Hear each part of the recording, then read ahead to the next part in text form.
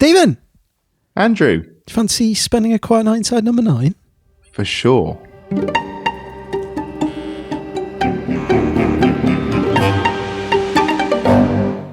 We're heading into Tom and Gerri. The script of Tom and Gerri.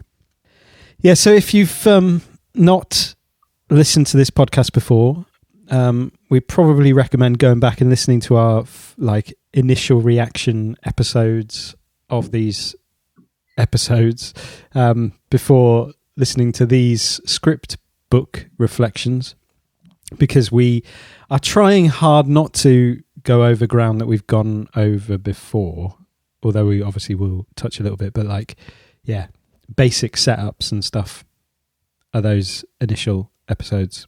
So now we are heading into the scripts, thanks to the release of the script books, series 1 to 3. Yeah. That a fair disclaimer? I think so. You making a habit out of starting podcast episodes with disclaimers these days? Yeah, well, hopefully this week sounds better than last week. And hopefully I haven't had to do a disclaimer before the whole thing starts. Disclaimer. Yeah, exactly. I really don't want to just be doing disclaimer after disclaimer. It's not why I'm here. It's not why they're here either. No, I don't think. No one's here for disclaimers. So, what's on your mind, mate? I've got a poem. Oh yeah, I have. By who? It's by Spike Milligan. No. Yeah, it is another one. It's called Emptiness. I've learned mine can't be filled, only alchemized. Many times it's become a paragraph or a page, but usually I've hidden it, not knowing until too late how enormous it grows in its dark. Or how obvious it gets when I've donned, say, my good cordovans and my fine tweed vest and walked into a room with a smile. I might as well have been a man with a fez and a faux silver cane. Better, I know now, to dress it plain, to say it out loud to some right person in some right place, that there's something not there in me, something I can't name, that some right person has just lit a fire under the kettle. She hasn't said a word, beneath her blue shawl. She too conceals a world. But she's been amazed at how much I seem to need my emptiness, amazed I won't let it go. Wow. Bit of a serious one this week, wasn't it?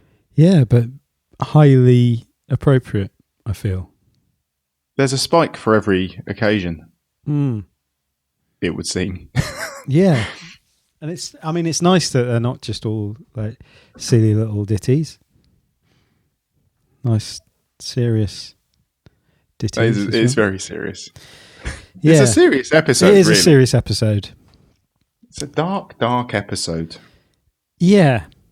I mean, and we were talking before we started recording that a lot of it is quite true to the script. There's not a huge amount that I read and thought, oh, that they really veered off there. There's a few bits and bobs that we can talk about. I think that it's, I said before, I think in the Sardines one, that it tended to be that lines that they themselves were acting didn't get changed very much. It tended to be the ones that were being acted by someone else. And I guess if they're writing this with them in mind, they're less likely to have to change things, if you know what I mean. They've already decided how this is going to sound and what it's going to look like. They're probably reading it as they're writing it and knowing that this is their final. Yeah. It doesn't That's rely true. on. They probably have the characters, the bring to voices and everything. And yeah, like I think obviously Mig is the big voice character, I think, in this episode. So I can imagine them writing it and Steve just coming out with some of the lines that Mig has. Yeah, and I guess with characters like Stevie, it's not until what's his name, Conleth Hill, takes the reins of that character and really owns it that they'll probably really work out. Okay, yeah, that line's going to work better saying that or whatnot. Yeah, exactly. Yeah, it then comes down to the fact that how do these words sound coming out of that face now? Yeah, pretty much. Yeah, precisely. Yeah. And I'm just trying to work out, because there's a few lines that have obviously been cut as well, which is maybe a timing issue. Maybe perhaps, although I feel like Tom's character was changed a little bit just by a few changes of directions and changes of lines. Because there were a few lines that made him sound like he was quite aggressive and quite, physically angry rather than sort of just internally very frustrated. Like they remove him referring to the children he teaches as spoilt little brats. That feels like quite an aggressive line. Yeah. Which was taken out. Because actually he seems to have quite a fond relationship with his class throughout the whole thing, and that would be out of character, I think. And whilst there's that joke at the beginning about him giving a brilliant to every 5 of them or something, and he's just going through and systematically giving awards out to kids. Every 5th book gets a gold star. The way that they talk about him putting his production and running his assembly and things, he likes those kids. Yeah. He has a good time with them. And so to refer to them as spoiled little brats did feel a bit out of character and not particularly pleasant. You feel like the thing with the 1 in 5 gets a excellent or whatever, that's more of a reflection on the workload. The workload and his the needs that he has in that work. Yeah. Yeah, exactly. Rather than the kids themselves. There's after the argument that he has with Gerri, where he's been pretty brutally unpleasant to her. Yeah. It says that he punches his pillow. Yeah. After she leaves, and again, that would have seemed a bit out of character. I think he doesn't have that aggressive side, and also they got rid of him tipping the board over in the Scrabble game. He doesn't do that either. No. And so all these things are making me think that they had little bits and pieces here that didn't really quite fit in with the character that he was. He wasn't like that. He had his frustrations. He was not Charles Bukowski. He was a primary school teacher having a breakdown. But he wasn't an angry and aggressive man, really. Yeah, because the punching the pillow thing just basically turns into like just a frustrated little... I don't know if he throws something onto the bed or it's something like that. Something. Yeah, exactly. It's more of the kind of thing that we all do. Because the thing that was dropped between Tom and Gerri around the kids, and this is where it's almost the inconsistency between what he was and what was dropped. Like you're saying about the sport brats thing, when Gerri's told him about the part she's going for, and Tom says, "All right, good luck." Gerri says, "I won't get it. I haven't learnt it." And then Tom says, "Just be confident. That's what I tell my kids at assemblies." Gerri says, "They're 6. Oh, and do have a wee before you go in." Yeah, which I think is that's quite a nice little. That is more like that is more the impression you get about his relationship with the kids and stuff. Like the encouragement, like just be confident. There was they dropped another line in a conversation between them that I thought was quite interesting. It was when they were having the phone call after she had left. The phone call where they miss out him saying, like you say, little things lead to big things. And I thought that was a really interesting one to leave out because that is like you're planting the seed thing. Yeah. Where the simple act of giving Mig 40 quid for bringing his wallet back leads to, over the course of the episode, a massive downward spiral where he ends up killing someone by the end of it. So I thought that was an odd one to go because it becomes a much more brief conversation that they have on the phone. Ring me when you get him. Thanks, love you. Yeah. That's it. Whereas in here, there's quite a lot more to it. Mm-hmm. That's true. Yeah. And the other one that was dropped early on was when they're talking about D-Day Doris, and Tom asks, you'd be Doris. And Gerri says, well, you play everyone. You're the husband, the sister, the voice on the and it's like, is that too obvious as a thing of like almost planting the seed of in the viewer thinking, "Oh, are you everyone? Like, what characters are? Yeah, maybe. Who's I guess you went down a bit of a rabbit hole with regards to her name. Yes, and the different roles that she was playing at different times, depending on what her name was at that point. That's true. Yeah, and that planted the seed of you going down a names rabbit hole for the yeah. And I can't remember what those names meant now, which is a shame. But they all represented different things in Tom's life, didn't they? Yeah. So some of it was the sort of mother figure looking after him. That's it. Being his mother, I guess, and maybe there was a lot more to the name stuff that would kind of reveal. There you go, and that line basically confirms everything you said and everything you've said since. Thank you very much, everybody. Fully vindicated. Good night. Yeah. You can't drop your mic when it's on a stand. I beg to differ. Yeah, I want to know, with that phone call, who's he talking to? Like, how does that all work? Well, the way that he finishes it, because I did wonder whether it was someone else. But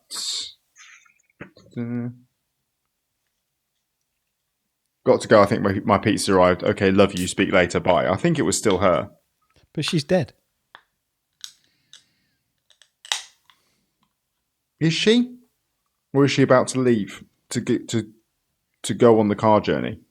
Because that would probably fit in with ring me when you get in, but she never got in. But it doesn't say that in the script. Oh, what? You think?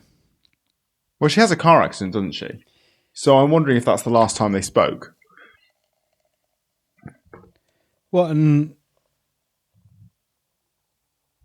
Oh, my assumption was that she was dead way before the story starts. I don't know. Oh. I don't know if she was... Well, we hadn't uncovered this before. I thought she was dead. That, like, when in the first scene, like, that's not really her. That's her in his head. Like, everything's just in his head from the word go. Well, I thought that maybe she died partway through. Although I guess that wouldn't necessarily match... I guess you wonder how you interpret the timescales. But then he was still going to work and stuff, wasn't he? And no one was suggested that he shouldn't have been at work. Oh yeah. So yeah, because the first thing you get because you're supposed to have an assembly in the morning, and Mig keeps him up all night, and yeah. And so to speak. And Gerri comes in the morning and says, I thought you had an assembly. Mm-hmm. So I think that's the first time that she appears and she's in his head. Right. Because that's the time when her and Mig miss each other and they don't connect and Mig doesn't see her. But what about...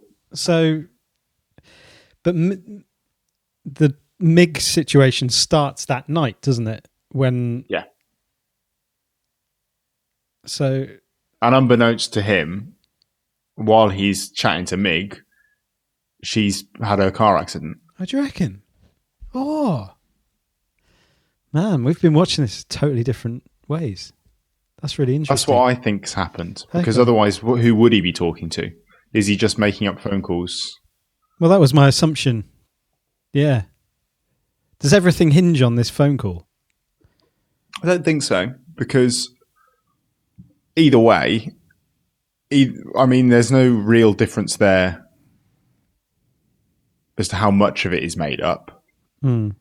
Whether he makes up the first 10 minutes of it or whether after he walks her to the tube station. Yeah.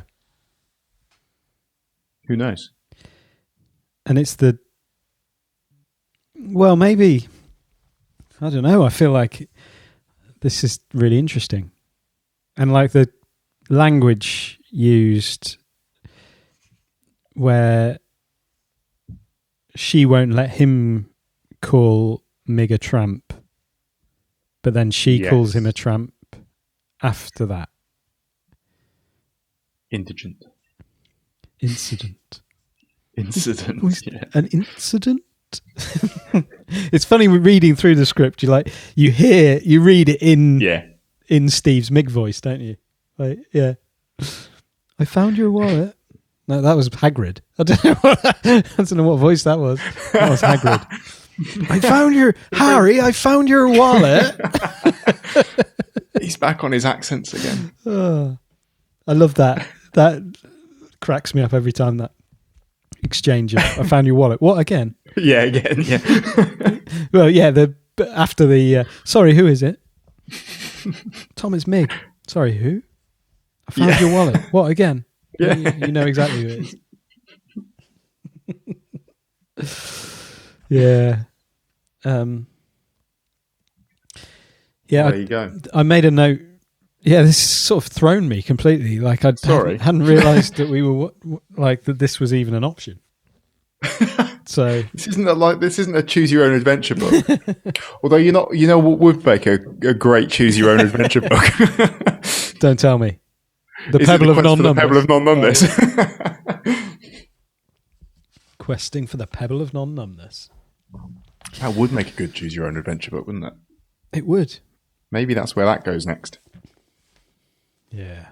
Maybe that's where this podcast goes next. Choose your own adventure podcast. We've had to record 750 different episodes depending on which route you decide to take through this. If you would like to walk down the dark passage, head to episode 37. I don't want to go anywhere near the dark passage. But that's where the Pebble of Non-Numbness is. Don't tell everybody. Actually, that sounds awful. Oh, mate. Right. It's just taking another turn, isn't it? Charles. Charles. I know Charles. CB. CB? Oh, he's amazing, man. Oh, hang on. Pulp. The book's called Pulp. Oh, yeah. Pulp have a song called Answer Phone. Spelt answer phone as it is in the script here, which neither of us realised was how you spell answer phone. Good. That's really astute. Cheers, ma'am. That segue was pretty smooth. The breakfast as well has changed. Oh, he only needed 4 eggs, but now he needs 5? And some liver. The liver's stayed the same. Yeah. 5 eggs and some liver. What breakfast is that exactly? Liver and eggs, mate. What? What else? Liver omelette? Maybe. That doesn't sound great, does it? It doesn't at all. I think liver and eggs is fine. That doesn't sound I don't know what else. That doesn't sound great. What do you make with liver and eggs? Yeah, and liver and eggs. Or eggs and liver. Eggs and liver? Eggy liver? Oh. I hardly knew her.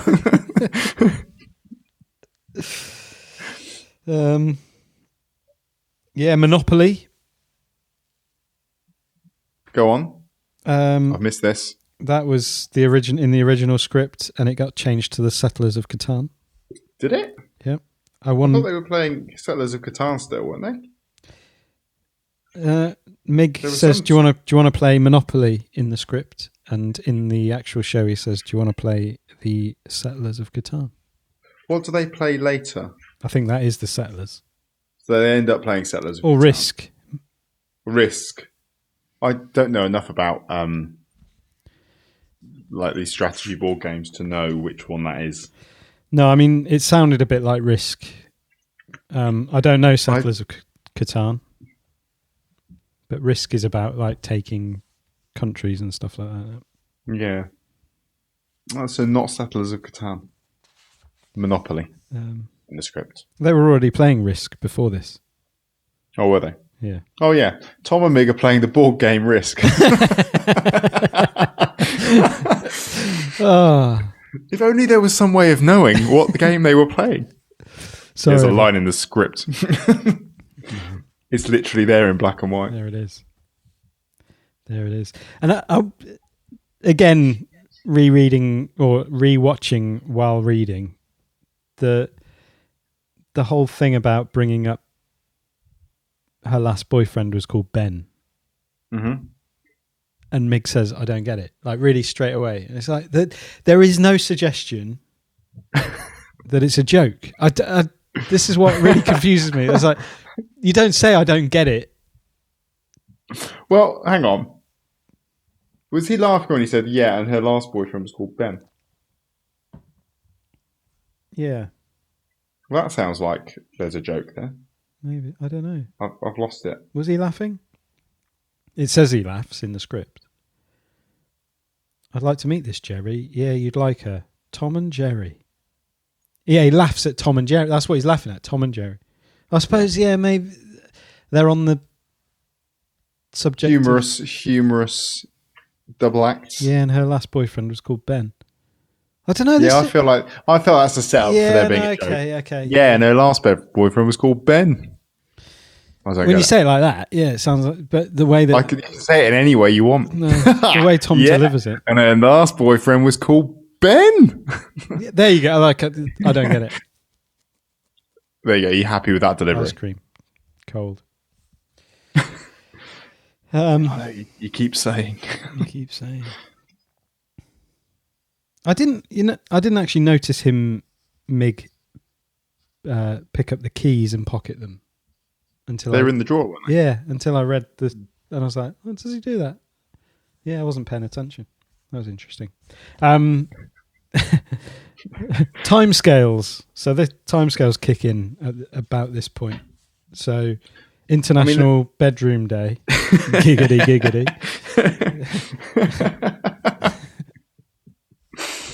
Go on. 1 week. 1 week later. So we've got a proper timescale here.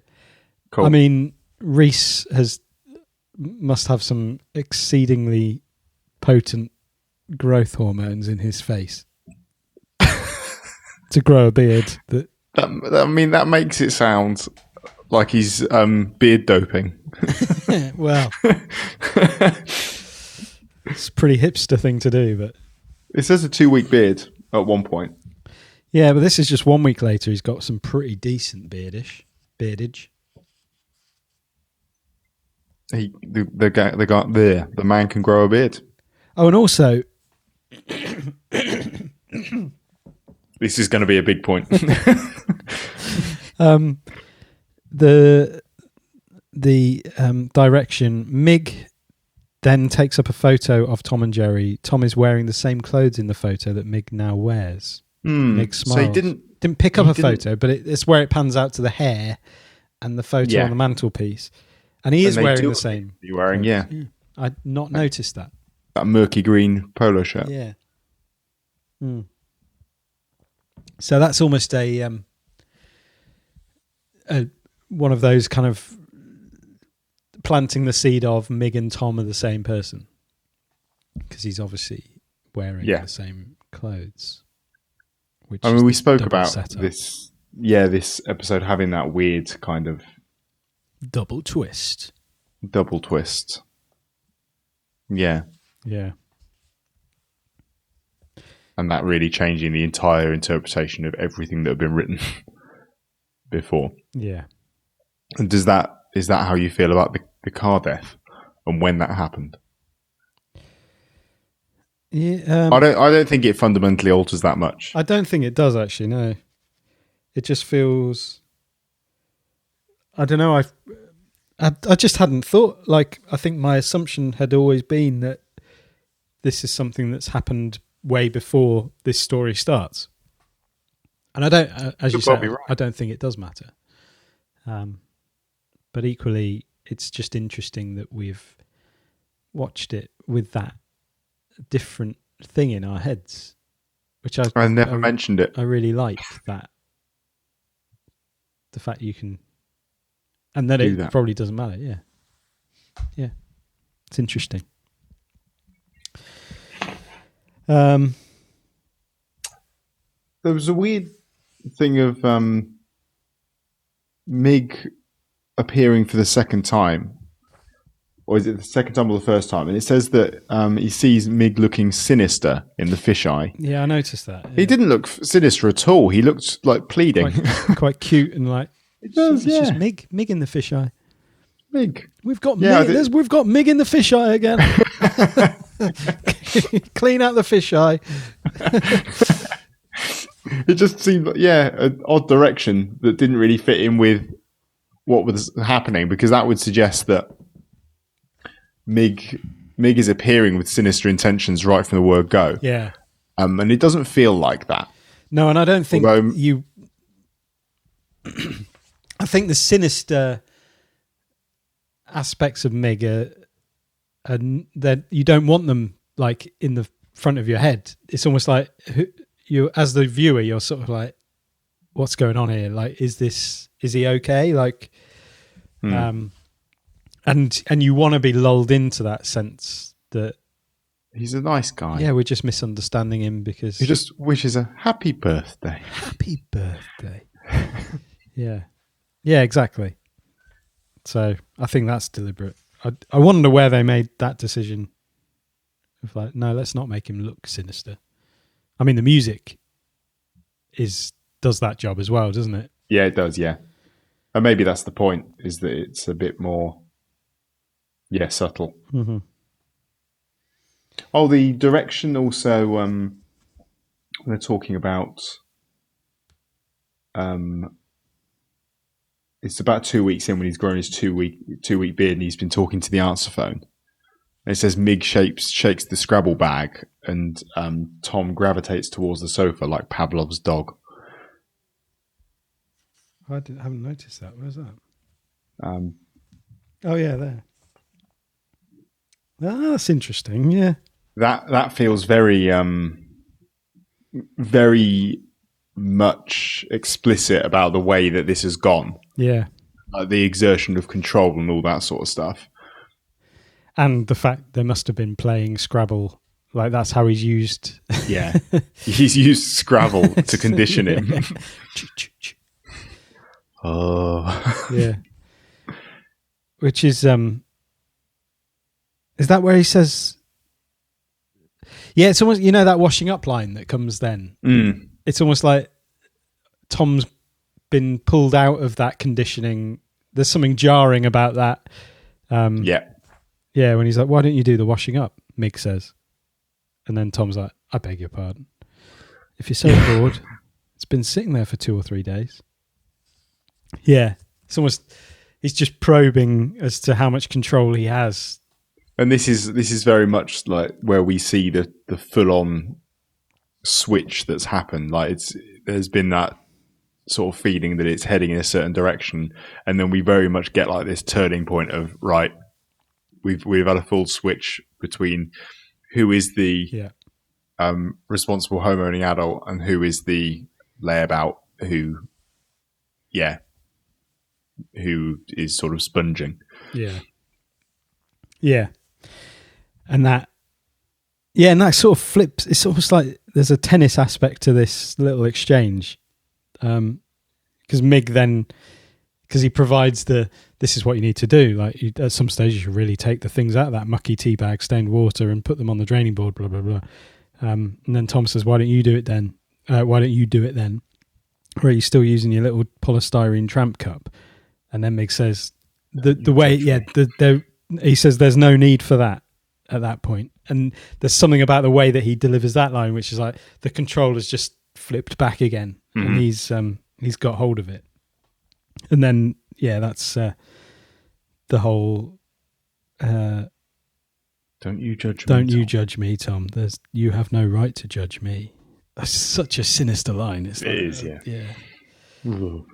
La, what's la? A note to follow. So solar. Yeah, solar. Solar. Don't know what that means. It's like harvesting energy from the sun, solar, using it for power. Some solar energy, mate. Sorry, no, that's not a thing. You just can't help yourself, can you? Awful. So now we're into International Living Room Day. 10 days later. So we are getting into, this is the this morning music bit. Yeah, they clearly wrote or want this morning. This morning will tell us that it's it is, in terms of a trigger sound in the UK, it probably is quite a good thing, as like it is, this represents daytime. It's weird though, having never sat and watched any this morning. It's one of those completely recognisable things that exactly everyone knows. Yeah, and it represents a sort of some kind of failure of something.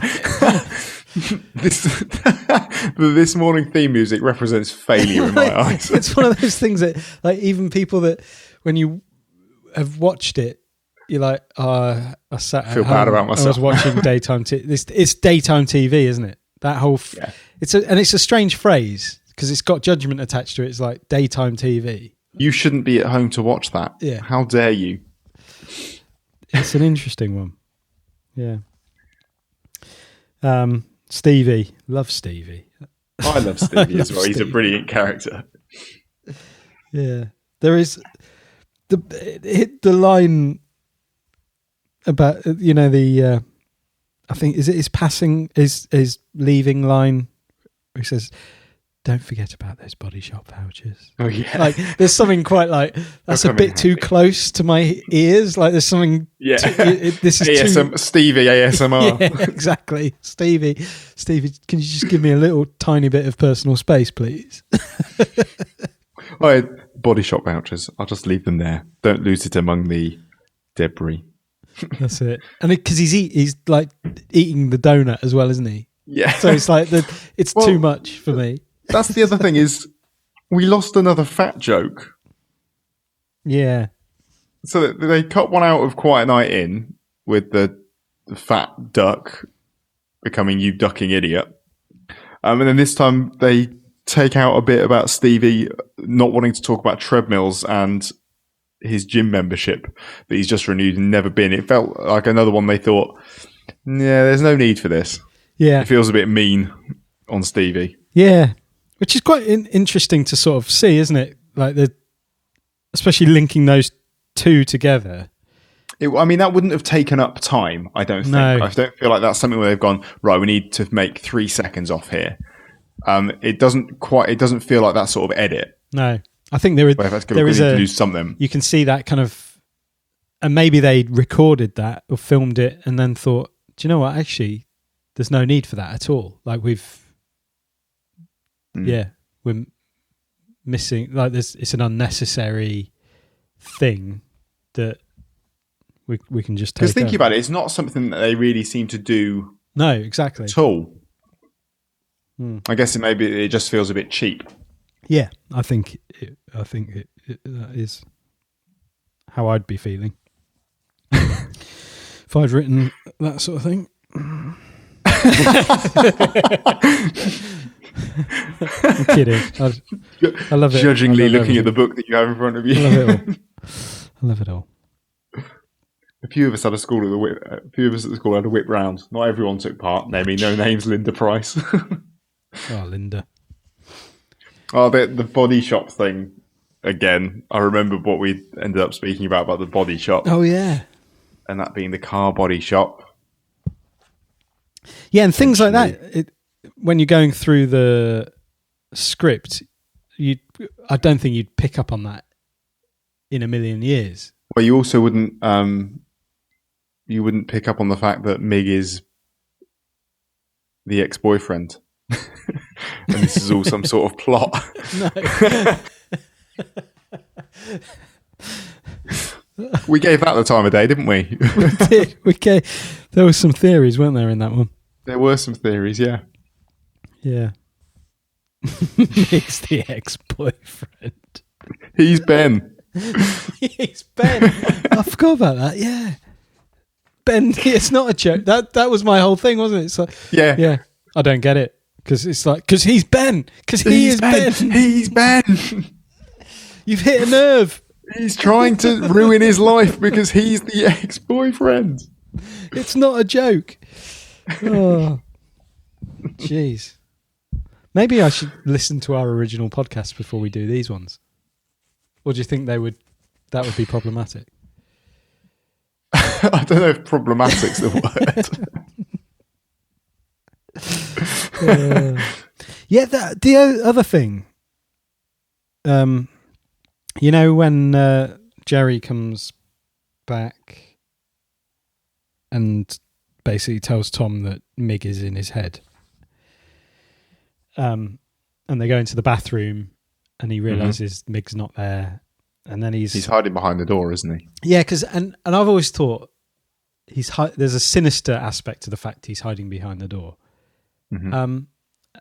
But then when I was watching it and reading this at the same time, I was like, maybe actually he's just scared, because then he asks, "Everything all right, Tom?" And and I know, like, he's obviously put himself maneuvered into a position where he's in control of Tom, and then it's like, has he suddenly realised Tom is not quite all right? Yeah, maybe. And Mig is suddenly on the back foot, and like, who knows how it went in terms of the murder. Especially, I guess Tom's stomping around the house with someone who doesn't exist, isn't he? Yeah. And shouting and yeah, good point. And rather than Mig being the monster hiding behind the door waiting to pounce on Tom, it's like, no, maybe Mig is actually the scared character who's just realised he's in the room with someone who's about to kill him. Maybe, yeah.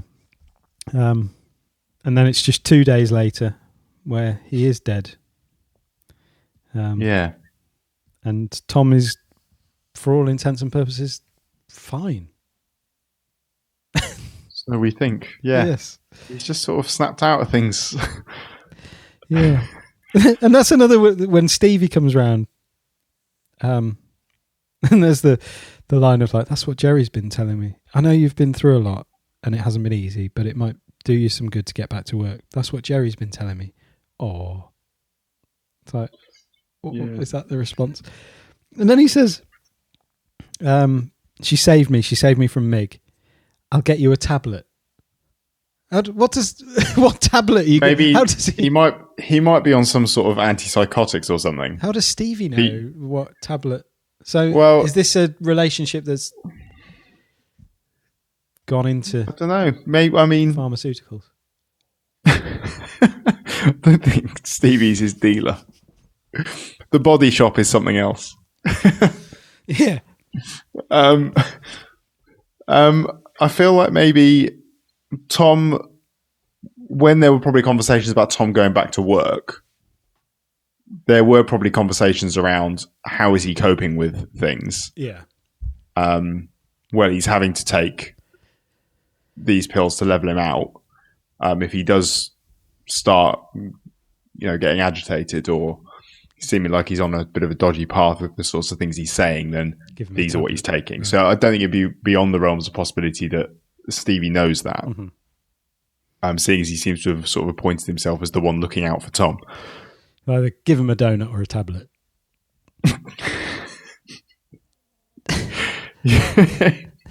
Which is it? Krispy Kreme or tablet? I'll get you a tablet. Again, that's a bit of Krispy Kreme. A bit of a sensory experience when he says he'll get him a tablet. What is it with you? The way you hear Stevie? I don't know. He's just there. Like, he's really. Are you listening to this entire thing through noise cancelling headphones? Yeah. At all times. It's the only way I'll watch this. Exactly. Just this episode. And actually just Stevie's lines. Oh, he's back again. Headphones Get on. him on. Get him on. Yeah. Gerri died, Tom, remember? In the car accident? Tom looks bewildered. When? Was it before the episode? Or during the episode?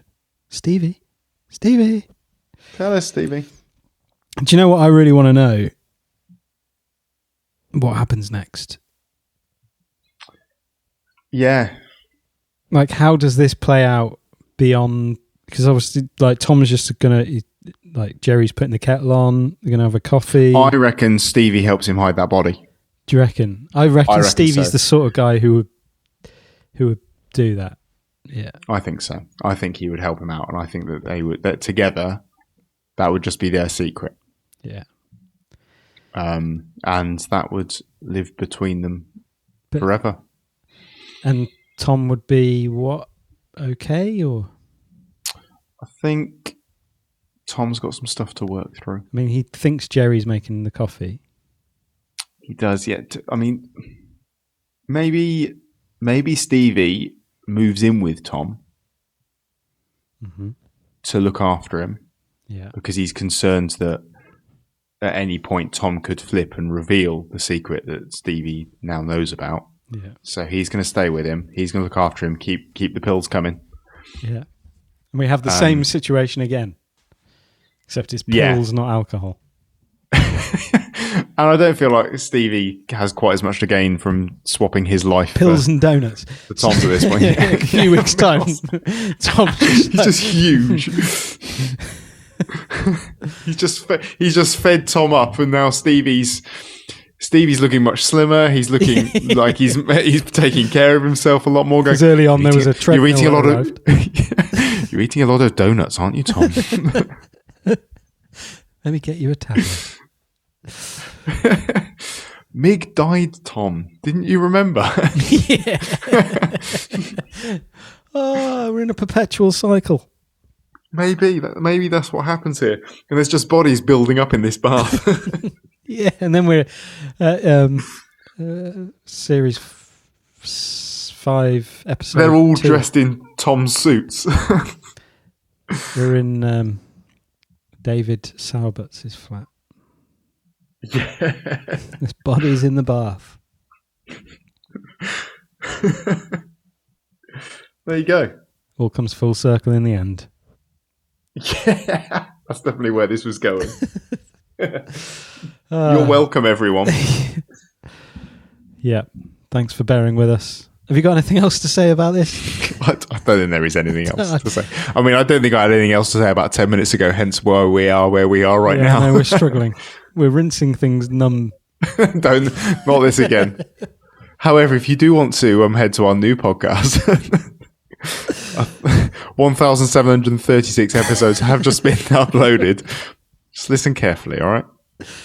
Navigate your way to the pebble of non-numbness. With Stephen and Andrew. Yeah, I mean, if anyone's got any thoughts. I'm sure they do. Yeah, just keep them to yourselves. And we'll see you again like we should have done. We'll see you again next week for Last Gasp, which could Last Gasp really be representative of this whole thing. I hope not. No, it's not. I'm having fun. I'm enjoying it. Yeah. I hope you all are too. Yeah. Well, we like having you along. Yeah. Yeah. Right. Should we call it a day there? Do get in touch on Twitter, AQNIN9. Email us, a quiet night inside no 9. No NO 9 digit 9 at gmail.com. And we'd love to hear from you. Yeah. Have a good week. Normal stuff. Like things, review things. Like and subscribe. Yeah. Yeah. Brilliant. So yeah, thanks for listening. Sorry. And I'll see you soon. Bye-bye. Bye-bye.